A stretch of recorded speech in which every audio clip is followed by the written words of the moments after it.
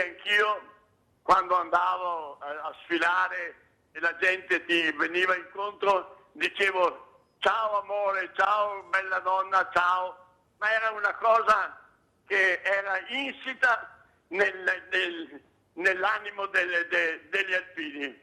Ma fare questa campagna vergognosa, sporca, ma questo soltanto è un prodotto della sinistra che sta cercando di distruggere la nostra realtà alpina. C'è qualcuna che ha detto che ha avuto ha avuto espressioni sulla sua bellezza femminile, ma credo che fosse una cosa di cui una donna può sentirsi anche onorata, perché io non ho visto stupri di gruppo, non ho visto rapine, non ho visto niente quello che sta succedendo in ogni momento nella realtà italiana.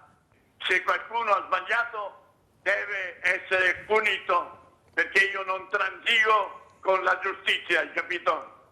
Ma soltanto su queste offese che non hanno nessun fondamento è veramente da buttare alle ortiche. Io credo che sia tutta una cosa orchestrata da coloro che vogliono distruggere uno degli ultimi monumenti della italianità, perché io ho fatto 50 dunate in tutta Italia, non ho mai visto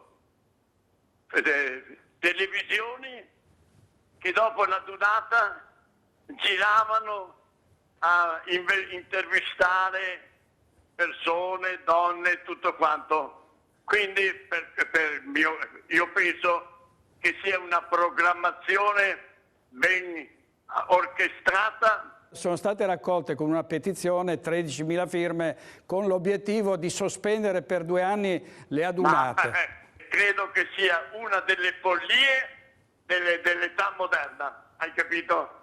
Quindi dico al Presidente nazionale, non ti curar di loro, ma guarda e passa.